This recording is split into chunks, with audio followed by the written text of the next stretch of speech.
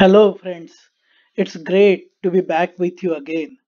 Let us see what Samarth Ramdas Swami has said in his 172nd shloka.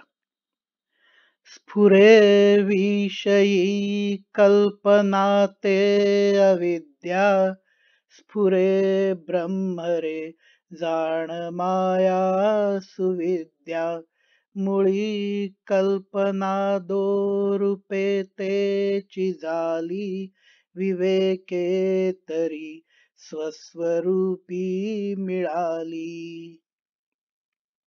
The idea which inspires the sensual pleasures is called ignorance. O my mind, that which illuminates the supreme reality and distinguishes it from the contradictions we see all around us is called the true knowledge. These two versions of the ideas come from the same root idea. Discernment will make the ignorance vanish and realize our true self. In this shloka, Samarth Ramdas Swami explains the dual nature of the root idea which differentiates between the ignorance and the true knowledge of the real self. It is our mind which is the main cause of all of this. When we look at the koshas, the layers as explained in the Taittiriya Upanishad, we can see that the mind is in the middle layer. On one side of that is our most external layer, the Annamaya Kosha. This is our physical body. Beneath that is the Pranamaya Kosha. This is our vital force, the energy on which our external body runs. These two layers or sheaths together are called as the sthula sharir, the gross body. The mind itself is the third layer, which is called the manomaya kosha.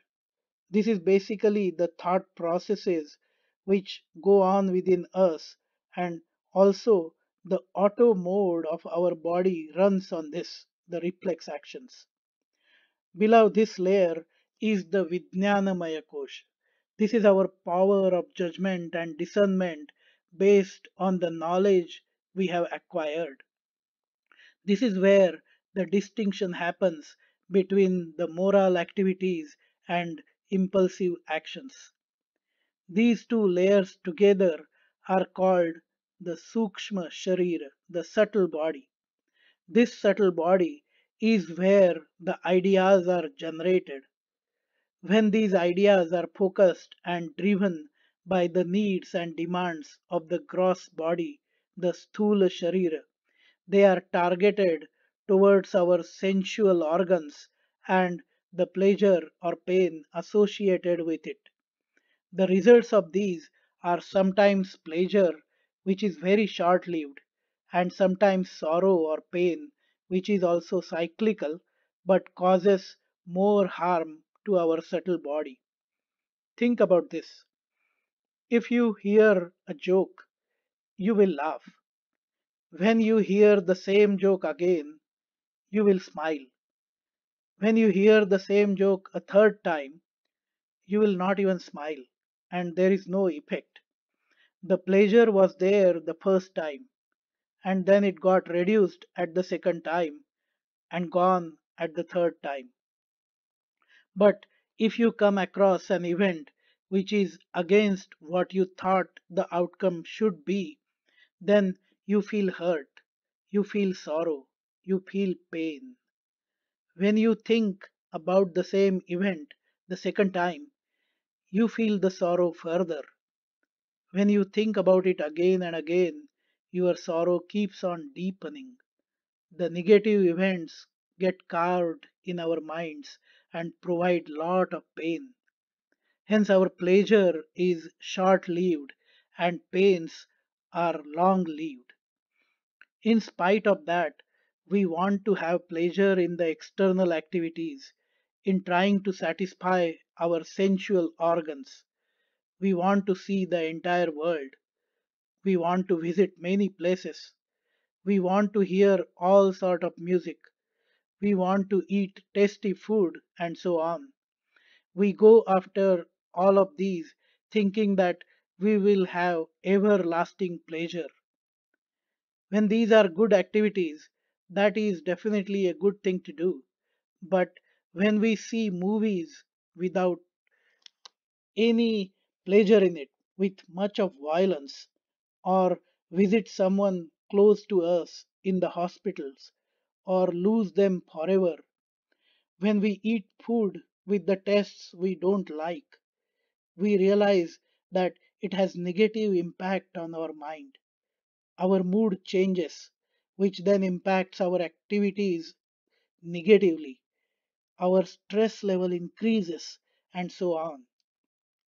Swami Vivekananda calls these contradictions in the world as the māyā. Thinking that we will get a constant pleasure from satisfying these sensual organs is the idea which is referred to as ignorance in the first line of this shloka. Sphure vīṣayī kalpanā te avidyā. Now look at the other side. The innermost layer is called the Anandamaya Kosha, which is our subtlemost body, which is experienced as the supreme bliss and only bliss. This is our real self, the Atma. This is called as the Karana Sharira, the causal body. Saints purify their minds so that they can have this experience of constant bliss throughout the life.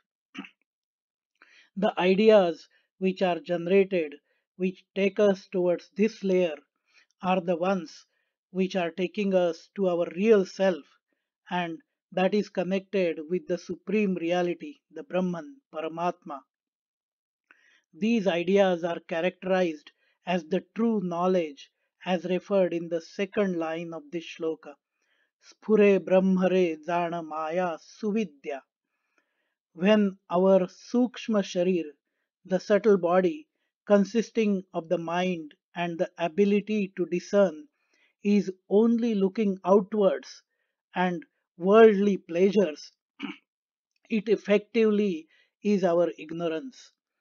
As against that, when it searches within and focuses the thoughts on the Karana Sharir, the causal body, that is our true knowledge. It is important to note that we cannot completely ignore our external layers. We have to satisfy the needs which it has, the basic needs to survive and to be healthy, fit, and serene.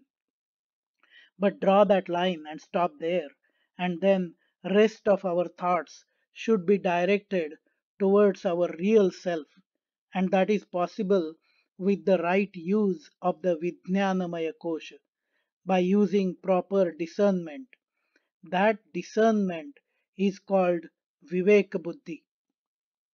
Using this discernment, we need to teach our mind to attend to the basic needs of our body, but not get engaged and engrossed in the pleasures associated with it.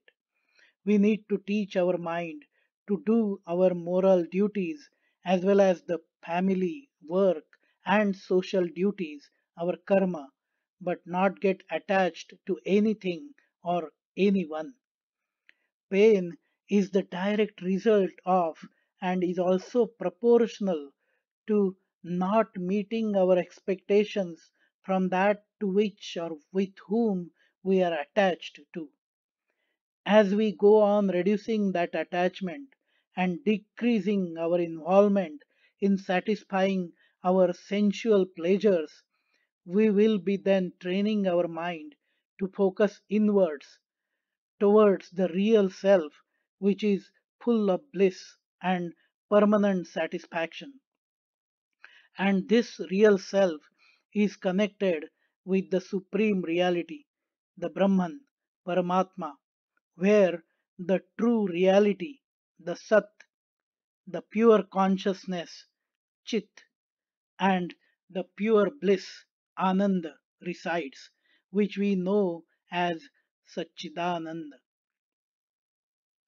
Friends, if you liked this explanation, feel free to provide your feedback and do like, share, and subscribe to the YouTube channel A Dialogue with Our Mind.